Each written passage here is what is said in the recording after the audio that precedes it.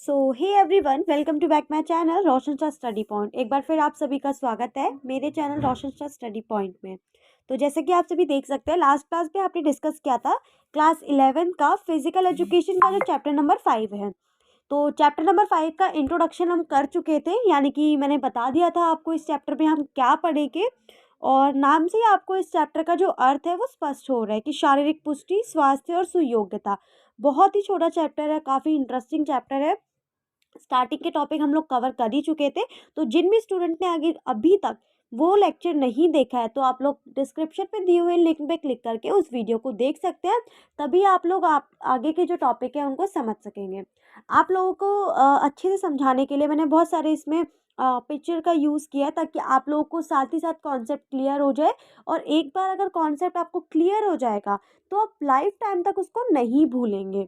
और साथ ही साथ मैंने कुछ इंटरेस्टिंग चीज़ें भी इसमें की हैं, ताकि आप लोगों को काफ़ी मज़ा आए इसको समझने में। अगर कोई कन्फ्यूज़न, कोई डाउट होता है आपको, तो यू कैन आस्क मी, आप उससे पूछ सकते हैं कमेंट बॉक्स में। इसी के साथ हम अपने चैप्टर की स्टार्टिंग करते हैं। तो आप सभी देख सकते हैं, जैसे कि हम ये वाला जो टॉपिक है, यानी कि सुयोग्यता का अर्थ, स्वास्थ्य का अर्थ और जो शारीरिक पुष्टि का जो अर्थ है और इनका जो महत्व है, ये हम कर चुके थे। आप सभी जानते हैं कि ये काफ़ी बड़ा टॉपिक हो गया था, और क्योंकि हर एक के अर्थ को समझना, फिर उसके इम्पोर्टेंस को समझना, तो वो काफ़ी ज़्यादा एक लॉन्ग टॉपिक था। बट हमने ये काफ़ी अच्छे से कवर किया था। मैंने हर किसी का आपको एक अच्छे से अर्थ समझाया, उसके बाद उसकी क्या इम्पोर्टेंस है मैंने उस पे भी बहुत अच्छे से आपको समझाया है। तो आप लोग प्लीज़ उसको स्किप मत करिए, आप लोग उसको देखिए। उसके बाद आज हम जिस टॉपिक की बात करेंगे, आज हम 2 टॉपिक कवर करेंगे, जो है कि सबसे पहले सुयोग्यता, स्वास्थ्य और शारीरिक पुष्टि के घटक।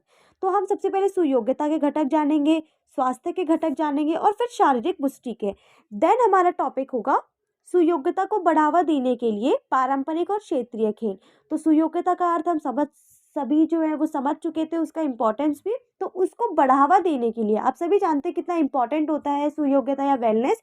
तो उसको बढ़ावा देने के लिए कुछ ऐसे ट्रेडिशनल स्पोर्ट्स हैं, तो कुछ ऐसे रीजनल स्पोर्ट्स हैं जो वेलनेस है उसको बढ़ावा देते हैं, उसको इनकरेज करते हैं। तो ये तो टॉपिक है जो आज हम करेंगे और काफ़ी अच्छे से समझने वाले हैं। तो बने रहिए मेरे साथ आज के इस वीडियो में, बिल्कुल भी स्किप नहीं करना है। स्टार्ट करते हैं।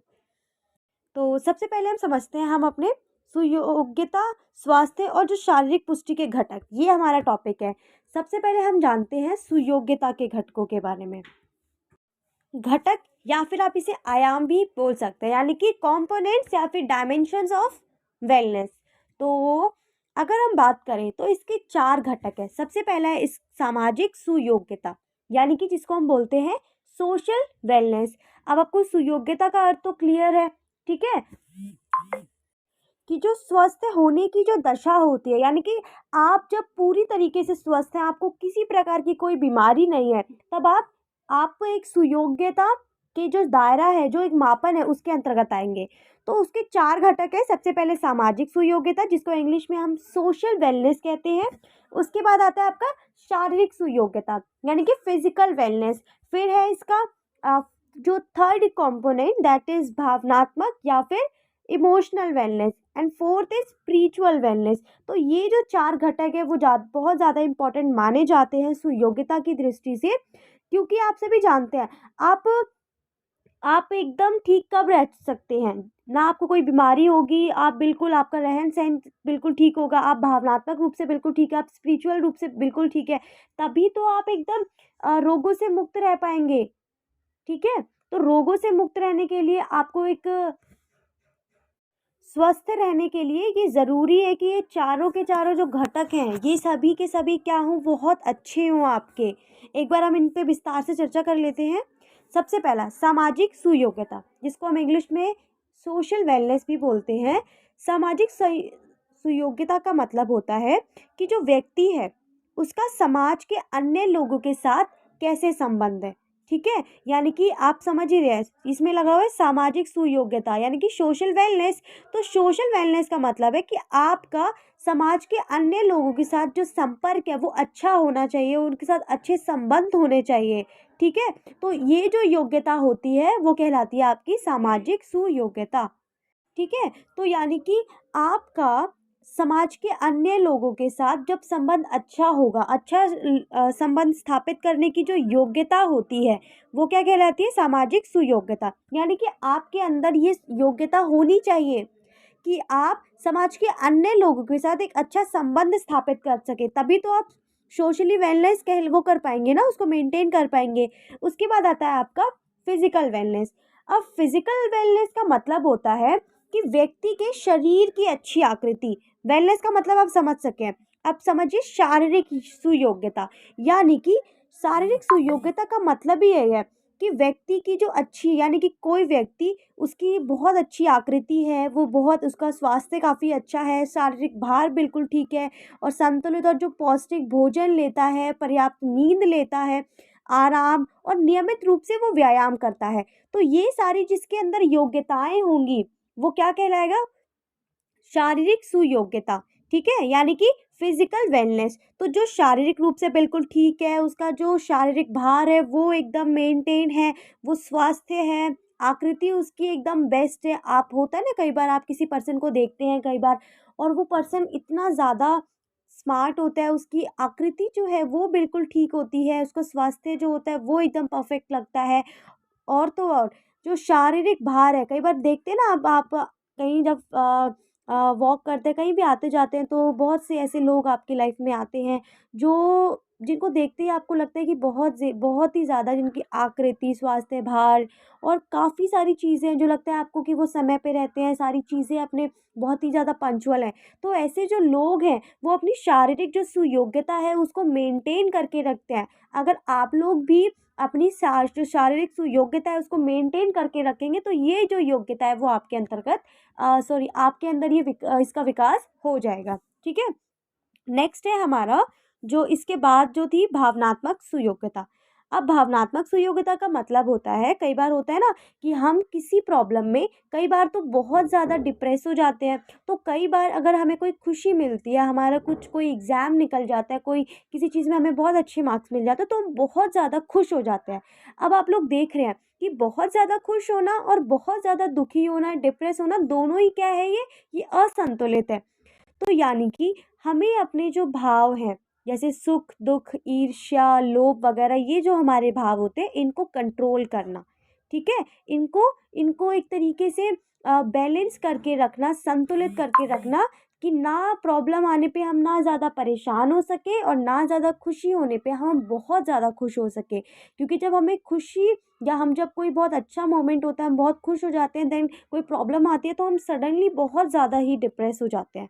तो ये दोनों जो कंडीशंस होती हैं वो काफ़ी ज़्यादा एक मानव के लिए वो प्रॉब्लमेटिक होती हैं।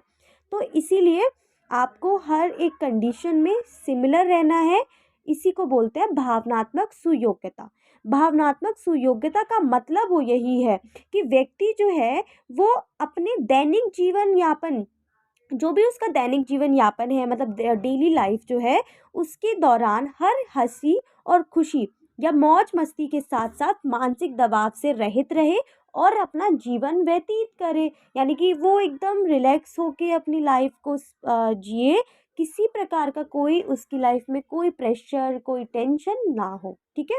उसके बाद आता है हमारा स्पिरिचुअल वेलनेस। आप सभी जानते हैं कि आजकल के दौर में, यानी कि आज वर्तमान समय में देखें, जो कि इतना भौतिकवादी युग होता जा रहा है, हम ना कहीं एक स्पिरिचुअल जो पावर है, स्पिरिचुअल जो वेलनेस है, उसको ना मतलब खोते जा रहे हैं। और जो लोग इस चीज़ को, जिनको इसकी इम्पोर्टेंस पता है, वो लोग जानते हैं कि यही एक ऐसी चीज़ है जो आपको मेंटली रिलैक्सेशन प्रदान करती है। कोई ऐसी चीज़ नहीं है जो आपके साथ रहेगी, जो आपको संतुष्टि देगी, जो आपको आंतरिक शांति देगी। केवल और केवल आध्यात्मिक जो सुयोग्यता है वो मनुष्य को आंतरिक और आत्मिक रूप से शांत करती है, जो कि बहुत ज़्यादा ज़रूरी है। आप सभी जानते हैं कि जब आप शांत होते हैं, जब आप आंतरिक रूप से शांत होते हैं, जब आप मानसिक रूप से, आपकी पूरी बॉडी एकदम शांत होती है, तभी आप बहुत अच्छा कुछ कर सकते हैं। और बहुत अच्छा कुछ करने के लिए ये ज़रूरी है, या आपने देखा होगा ना, जो लोग भी बहुत ज़्यादा या हाई पर्सनैलिटीज़ हैं, आप देखिए कभी उन्हें कि वो काफ़ी ज़्यादा शांत रहते हैं। ऐसा नहीं है कि वो एकदम बेचैन रहते हैं, वो बहुत शांत रहते हैं। तो आध्यात्मिक जो सुयोग्यता है वो हमारे अंदर क्या करती है, एक आंतरिक शांति, एक आंतरिक जो आत्मिक जो शांति है उसका विकास करती है, जो कि बहुत ज़्यादा ही ज़रूरी है। तो ये कुछ 4 कंपोनेंट्स थे जो कि सुयोग्यता के थे। सबसे पहला है शारीरिक सुयोग्यता, देन सामाजिक सुयोग्यता, भावनात्मक सुयोग्यता और आध्यात्मिक सुयोग्यता। ये 4 कंपोनेंट्स जो हैं वो काफ़ी ज़्यादा इम्पॉर्टेंट है, जो सुयोग्यता के घटक माने जाते हैं। अब हम बात करते हैं स्वास्थ्य के घटक की, क्योंकि हमने स्वास्थ्य के बारे में भी बात की थी। तो अब हमारा टॉपिक है स्वास्थ्य के घटक। स्वास्थ्य के अगर मैं घटक की बात करूं तो आपने सुयोग्यता के घटकों की बात कर ली कि कैसे हम अपनी वेलनेस को बना के रख सकते हैं, कौन कौन से उसके घटक हैं। एंड अब हम बात करेंगे कंपोनेंट्स ऑफ हेल्थ।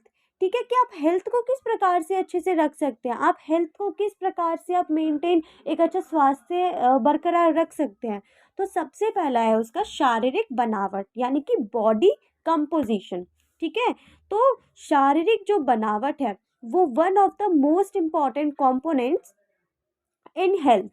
ठीक है, तो क्या है कि हमारा जो शरीर है, आप जानते ही हैं कि अगर हम बात करें हमारे शरीर की, मनुष्य का जो शरीर है वो क्या है, हड्डियों, वसा, प्रोटीन और अन्य बहुत सारी चीज़ों से मिलकर बना है, उनके उचित अनुपात से। अब क्या होता है कि इस दौरान जब शारीरिक जो सुयोग्यता है, ठीक है, शारीरिक सुयोग्यता मैंने बताया आपको कि आकृति अच्छी है, स्वास्थ्य भार है, पौष्टिक भोजन ग्रहण कर रहा है, पर्याप्त नींद ले रहा है, संतुलित भोजन ले रहा है और एकदम फिट है, वो बंदा बिल्कुल स्वस्थ है। तो इस ऐसे व्यक्ति को हम बोलेंगे शारीरिक सुयोग्यता जो है वो बिल्कुल ठीक है उसकी।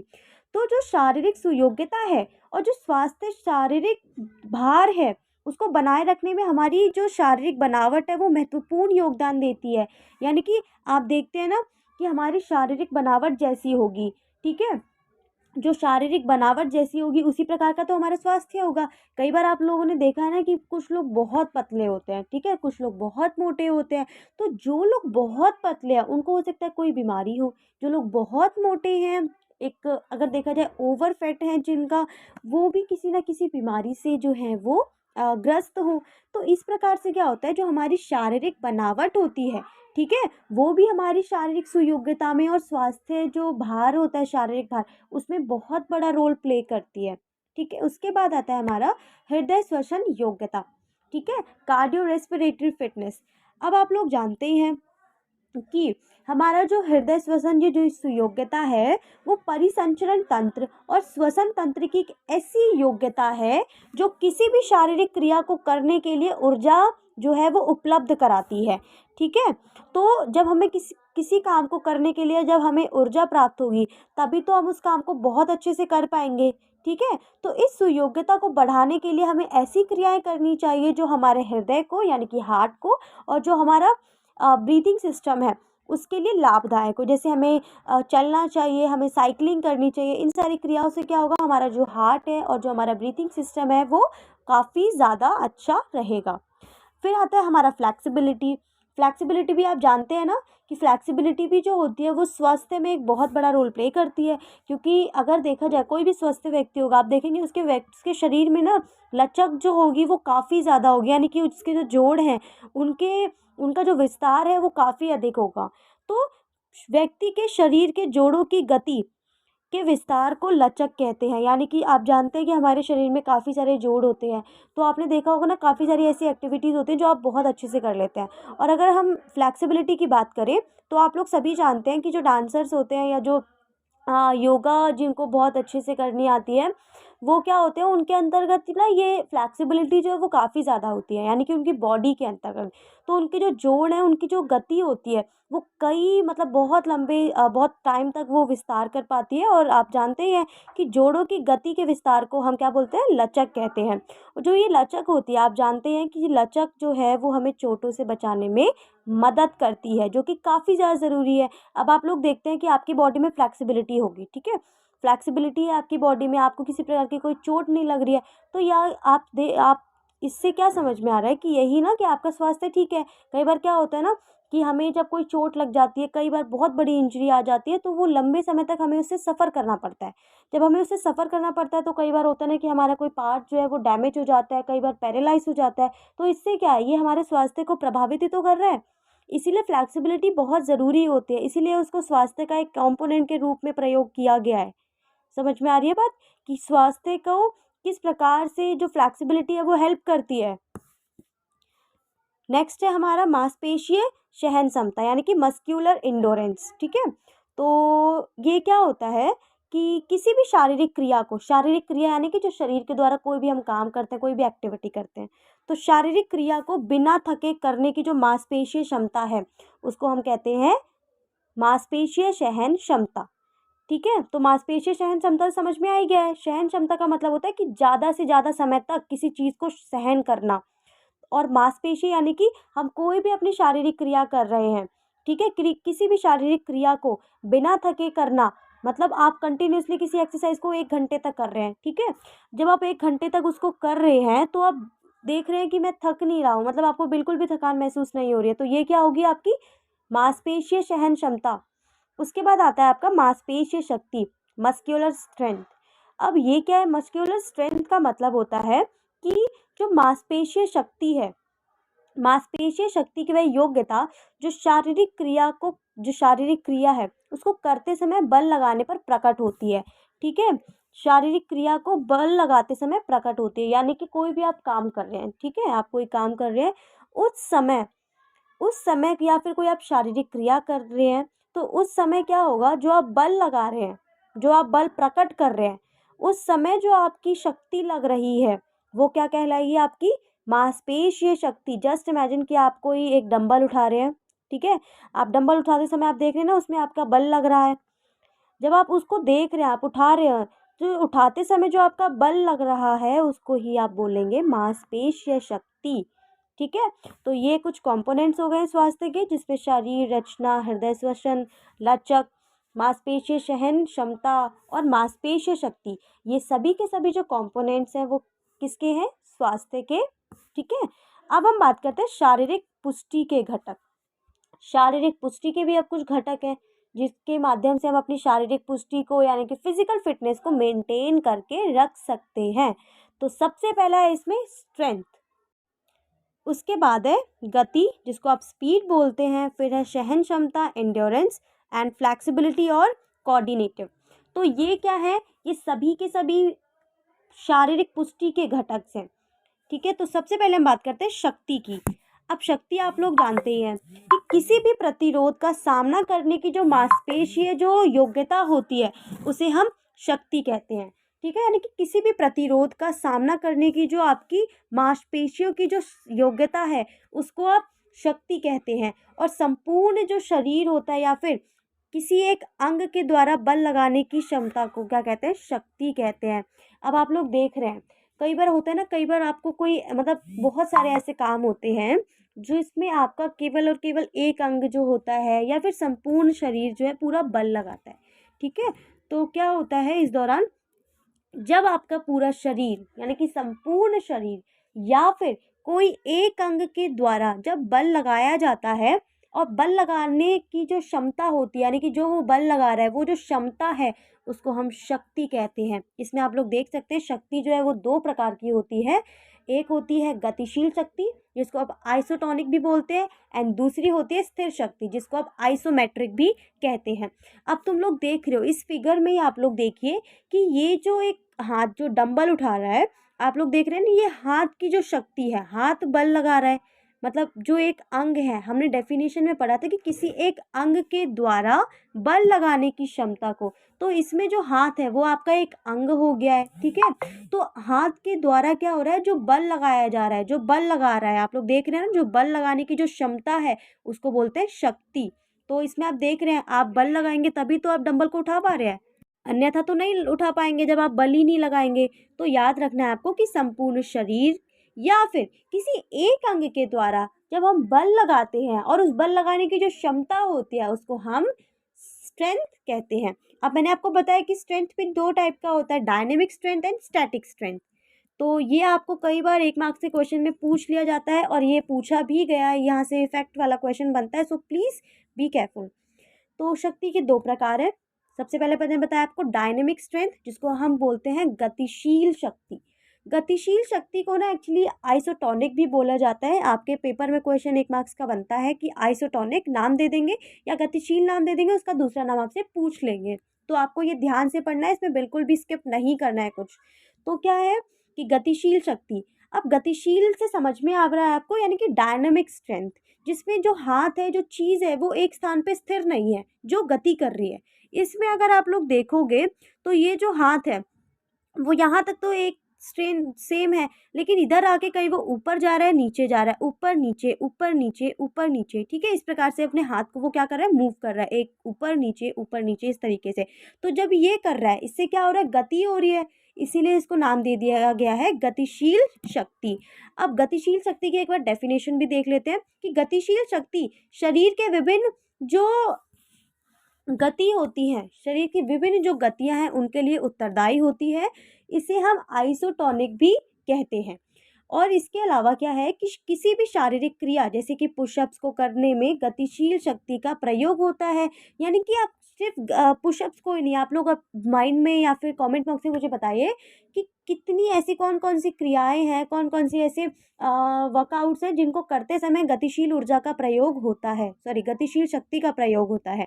यानी कि हाथ जो है या कोई भी अंग जो है वो एक स्थान पे स्थिर नहीं रहता, मतलब ऊपर नीचे, या तो ऊपर जाएगा फिर नीचे, फिर ऊपर फिर नीचे, इस प्रकार से उसका लगा रहेगा आना जाना। तो ये जो है, ये इस प्रकार के जो वर्कआउट होते हैं वो सभी के सभी किसके उदाहरण हैं, गतिशील शक्ति के। तो गतिशील शक्ति आपको क्लियर है। अब दूसरी की बात करते हैं हम, स्थिर शक्ति। स्थिर शक्ति से नाम ही से आपको क्लियर हो रहा है कि कुछ समय के लिए बिना हिले डुले, यानी कि कुछ समय के लिए बिना हिले डुले किसी प्रकार की कोई मूवमेंट नहीं, एकदम स्थिर, निरंतर रूप से लगाई गई जो अधिकतम मांसपेशीय जो स्थिर शक्ति है उसको हम बोलते हैं स्थिर शक्ति। यानी कि बिना किसी मूवमेंट के, बिना किसी गति के निरंतर रूप से लगाई गई जो मांसपेशीय जो क्षमता होती है उसको हम बोलते हैं स्थिर शक्ति, ठीक है। और इसको आप आइसोमेट्रिक शक्ति भी कहते हैं। और इस समय क्या होता है, आप लोग इसमें देख सकते हैं आइसोमेट्रिक में, ये जो हाथ है इसने एक चेन ले रखी है, या ये एक वर्कआउट का प्रकार है जिसमें उसको ये जो वर्कआउट का जो उसने लिया हुआ है इक्विपमेंट, उसको बस पकड़ के रखना है। आप देख रहे हैं कि ये हिल नहीं रहा है, ना ऊपर जा रहा है ना नीचे जा रहा है, वो एकदम स्थिर है, वो एकदम स्टैटिक है। तो ये जो एनर्जी होती है वो आपकी स्टैटिक एनर्जी स्टैटिक स्ट्रेंथ कहलाती है। आप लोगों को कमेंट बॉक्स में बताना है कि ऐसे कौन कौन से वर्कआउट हैं या फिर ऐसे कौन कौन सी क्रियाएं हैं जहाँ पे स्टैटिक एनर्जी लगती है और जहाँ पे डायनेमिक स्ट्रेंथ और जो स्टैटिक स्ट्रेंथ है वो यूज़ होती है।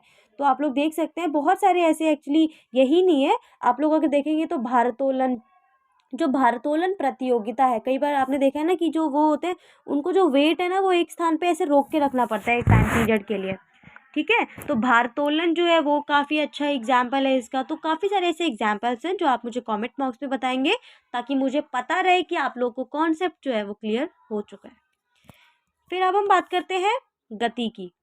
आपको पता है कि स्ट्रेंथ हो गया है, दूसरा कंपोनेंट क्या था, गति, यानी कि स्पीड।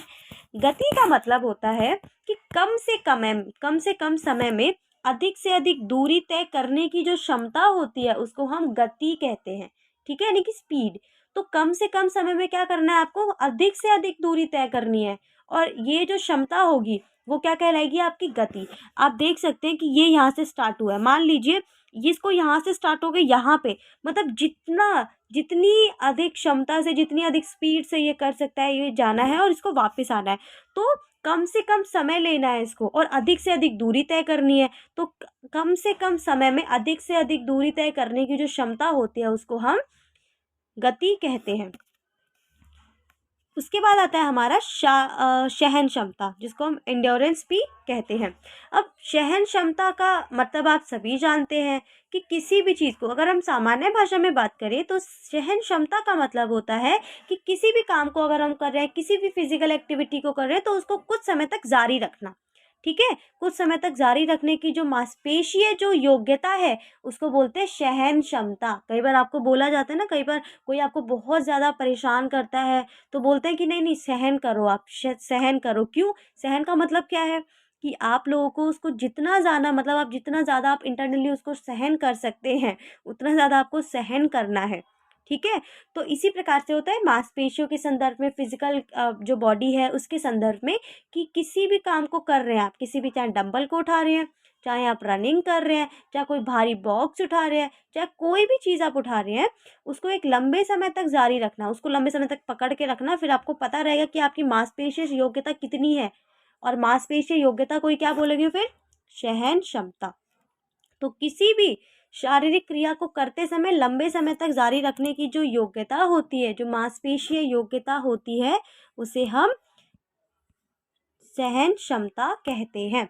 सहन क्षमता भी जो है ना वो दो प्रकार की होती है। एक होती है गतिविधि की प्रकृति के अनुसार, ठीक है, यानी कि इसमें क्या होगा कि जो आपकी गतिविधि होगी वो प्रकृति के अनुसार उसकी सहन क्षमता होगी। एक होता है गतिविधि की अवधि के अनुसार सहन क्षमता। तो सहन क्षमता के दो प्रकार हैं, आपको याद रखने हैं। एक गतिविधि की प्रकृति के अनुसार सहन क्षमता, दूसरी गतिविधि की अवधि के अनुसार सहन क्षमता। तो ये दो टाइप है सहन क्षमता के। फिर है हमारा नेक्स्ट टॉपिक फ्लेक्सिबिलिटी। फ्लेक्सिबिलिटी आप लोग जानते हैं कि फ्लेक्सिबिलिटी काफ़ी इंपॉर्टेंट है, और ये याद रखिए ये स्वास्थ्य में भी बहुत बड़ा रोल प्ले करते हैं, यानी कि उसका भी एक कंपोनेंट है, और ये शारीरिक पुष्टि यानी कि फिजिकल फिटनेस का भी एक कंपोनेंट है। तो किसी व्यक्ति के शरीर के जोड़ों की गतियों के विस्तार को लचक कहते हैं। यानी कि कोई व्यक्ति, आप लोग देखते हैं ना, आप लोगों ने अच्छा एक चीज़ नोटिस की होगी, जो बच्चे डांस परफॉर्म करते हैं या उसमें होते हैं, उनके अंदर ना जो फ्लेक्सिबिलिटी होती है वो काफ़ी अधिक होती है। आप लोग देखते हैं कई बार, या फिर जो बच्चे योगा परफॉर्म करते हैं, कई बार देखिए आप उनको, आप या फिर आपने बहुत सारे ऐसे लोगों से मिले होंगे जिनको कई बार जब वो डांस करते हैं, कोई योगा का आसन करते हैं, तो आप देखते हैं कि उनके बॉडी में कितनी फ्लेक्सिबिलिटी है, ठीक है?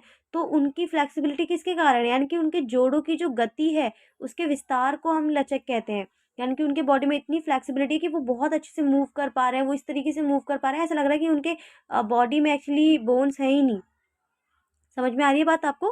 कि किसी भी व्यक्ति के शरीर के जोड़ों की जो गति होती है, गतियों का जो विस्तार होता है, जितना अधिक विस्तार होगा, लचक उतनी अधिक होगी उसकी बॉडी में, उसको हम लचक कहते हैं। आप लोग देख सकते हैं इसके अंतर्गत इस फिगर में कि ये बस इसने एक गोल सा एक वो ले रखा है, और उसके ऊपर पूरी बॉडी को इस तरीके से स्थापित कर रखा है। तो ये क्या है, मतलब इसकी बॉडी में काफ़ी ज़्यादा और पैर की पोजीशंस भी आप लोग देख सकते हैं, हाथ की भी, क्योंकि आप लोग देखते हैं ना कई बार कुछ कुछ लोगों की बॉडी में एक्चुअली ज़्यादा फ्लेक्सिबिलिटी नहीं होती, तो जब वो थोड़ा सा गिर जाते हैं या पैर वैर स्लिप हो जाता है तो उनको काफ़ी चोट आ जाती है। तो ये सारे कारण होते हैं कम फ्लेक्सिबिलिटी के, मतलब जब आपको पता है फ्लेक्सिबिलिटी अगर आपकी बॉडी में अधिक होगी तो आपको चोट लगने की जो संभावना है वो कम हो जाएगी आपकी। फ्लेक्सिबिलिटी की क्या अगर हम बात करें तो ये दो प्रकार की होती है। एक होती है अक्रिय लचक, ठीक है? तो अक्रिय लचक क्या है, यानी कि जिसको हम अगर देखा जाए पैसिव फ्लेक्सिबिलिटी कहते हैं। तो पैसिव फ्लेक्सिबिलिटी के अंतर्गत क्या होता है कि जब हम अपनी जो हमारी फ्लेक्सिबिलिटी है उसको बढ़ाने के लिए हम ना किसी बाहरी जो सहायता है उसके पे निर्भर रहते हैं। तो किसी बाहरी सहायता से शरीर के जोड़ों की अधिक दूरी तक गति करने की जो योग्यता होती है उसको हम अक्रिय लचक कहते हैं। तो आप लोग देख सकते हैं कि इस फिगर में ये अपनी फ्लेक्सिबिलिटी को, मतलब अब जो जोड़ों की जो गति है, जोड़ों की अधिक दूरी तक गति करने की योग्यता को हम अक्रिय लचक कहते हैं या फिर पैसिव फ्लेक्सिबिलिटी बोलते हैं। इसके अंतर्गत ना हम किसी बाह्य सामग्री की सहायता लेते हैं, ठीक है? तो आप लोग देख रहे हैं कि ये जो लड़की है वो अपने जो फ्लेक्सिबिलिटी है उसको बढ़ाने के लिए बाहरी जो सहायता है उसकी सहायता ले रही है। इसके कारण इसी से उसकी जो फ्लेक्सिबिलिटी है वो बढ़ रही है। तो आपको याद रखना है कि किसी भी बाहरी सहायता से शरीर के जोड़ों की अधिक दूरी तक गति करने की जो योग्यता होती है उसको हम पैसिव फ्लेक्सिबिलिटी कहते हैं। फिर उसका सेकंड है हमारा एक्टिव फ्लेक्सिबिलिटी। अब एक्टिव जो फ्लेक्सिबिलिटी है इसमें क्या होता है कि जो व्यक्ति होता है उसके अंतर्गत ना पहली से मतलब प्राकृतिक रूप से ही क्या होता है कि उसके अंदर ना फ्लेक्सिबिलिटी होती है, उसको किसी प्रकार की कोई ज़रूरत नहीं पड़ती, ठीक है? कई बार कुछ होता है ना ऐसे, जैसे आप लोगों ने इस फिगर में देखा इसके अंदर फ्लैक्सिबिलिटी की कमी है, तभी ये बाहरी सामग्री जो बाहरी सहायता है उसकी उस पे निर्भर है। परंतु अगर इसकी बात करें, आप लोग अगर इस फिगर में देखेंगे तो ये एक्टिव स्टेट है, आपको पता है ये बात। तो इसमें क्या है, इसके शरीर में पहले से ही क्या जो लचक है वो विद्यमान है। इसी के कारण इसको किसी भी बाह्य जो सहायता है उसकी आवश्यकता नहीं है, और ये इजीली बहुत अच्छे से जो भी फ्लैक्सिबिलिटी के मूव्स हैं उनको कर पा रहा है। तो प्राकृतिक रूप से जोड़ों के गति की जो अधिक दूरी तक गति करने की जो योग्यता होती है उसको हम सक्रिय लचक कहते हैं, यानी कि एक्टिव फ्लैक्सिबिलिटी, जिसमें जो मनुष्य के अंदर प्राकृतिक रूप से फ्लैक्सिबिलिटी होती है। ठीक है, फिर है उसके बाद आपका कुछ जो लास्ट टॉपिक था, सुयोग्यता को बढ़ावा देने के लिए जो आपके कुछ पारंपरिक और क्षेत्रीय खेल है, यानी कि traditional sports and regional sports. तो पारंपरिक अगर खेल की बात करें, पारंपरिक खेल का मतलब होता है कि जो लंबे समय से खेलते आ रहे हैं। ठीक है, पारंपरिक का मतलब क्या होता है, ट्रेडिशनल स्पोर्ट्स, जो अभी जिनकी उत्पत्ति नहीं हुई है, जो काफ़ी समय से चलते आ रहे हैं, जो एक परंपरागत तरीके से चलते आ रहे हैं। जैसे अगर हम भारत की बात करें तो भारत में कबड्डी जो है, लट्टू और कंचे जो है, वो अगर आप लोग देखेंगे तो आपको भी अगर बचपन में याद होगा तो आप लोगों ने भी कई बार बहुत ये गेम्स खेले होंगे। तो ये क्या है, और आप लोग इतने आज बड़े हो गए हैं फिर भी आप लोग देख रहे हैं कि ये इतना ज़्यादा इनका क्रेज़ है, मतलब फिर भी बहुत पसंद करते हैं बच्चे खेलना। तो ये क्या है, ये हमारे पारंपरिक खेल है जो बहुत समय से चलते आ रहे हैं, जिनको आज भी काफ़ी ज़्यादा पसंद किया जाता है। इसी प्रकार से अलग अलग देश हैं, उनके अलग अलग पारंपरिक खेल है। जैसे भारत का है कबड्डी, लड्डू, कंचा। उसके बाद तुर्की का है तेल और कुश्ती। फिर ब्राज़ील का है फिंगर पुलिंग। इसी प्रकार से ग्वाटेमाला एक देश है, उसका है फायर बॉल होगी। फिर है किर्गिस्तान का है घुड़सवारी और कुश्ती। आप लोग देख रहे हैं ना कितना ये पारंपरिक गेम्स हैं उनके। फिर दक्षिण अफ्रीका का है वेयर नकल बॉक्सिंग। उसके बाद अफगानिस्तान का है बुचकशी। तो ये सभी की सभी क्या है, अलग अलग देशों के पारंपरिक खेल। फिर अगर हम बात करें नेक्स्ट की, तो हमारा दूसरा है क्षेत्रीय खेल, यानी कि रीजनल गेम्स। तो रीजनल गेम्स यानी कि हर एक स्टेट का, हर एक क्षेत्र का अपना एक गेम होता है। आप लोग जानते हैं ना कि हर एक क्षेत्र का अपना अपना गेम है। जैसे कि जो कबड्डी है वो कहाँ का है, पंजाब का। जो कुश्ती है वो हरियाणा का है। खो खो महाराष्ट्र का है। एक कलारी एक प्रकार का खेल होता है जो केरला का है। फिर जल्लीकट्टू जो है वो तमिलनाडु का। और मणिपुर रग्बी जो है वो मणिपुर का। तो ये सारे क्या हैं, ये रीजनल गेम्स हैं जो हर क्षेत्र में अपने अपने क्षेत्र में होते हैं। आप लोग देखते ही हैं कि हर एक क्षेत्र की अपनी संस्कृति होती है, अपने गेम्स होते हैं, अपना कल्चर होता है जो उसको कई बार वो रिप्रेजेंट भी करते हैं। तो इस प्रकार से हमारा जो चैप्टर है, चैप्टर नंबर 5 कंप्लीट होता है। आई होप आप लोगों को ये चैप्टर बहुत अच्छे से समझ में आया होगा। अगर कोई डाउट है तो प्लीज़ आप मुझसे पूछ सकते हैं। एंड प्लीज़ इसको ज़्यादा से ज़्यादा शेयर करें अपने दोस्तों के साथ, ताकि वो लोग भी इसको पिक्चर्स के थ्रू समझ सके और उनको कॉन्सेप्ट जो है वो आसानी से क्लियर हो। इसी के साथ मैं मिलती हूँ आपको नेक्स्ट वीडियो में। Thank you for watching.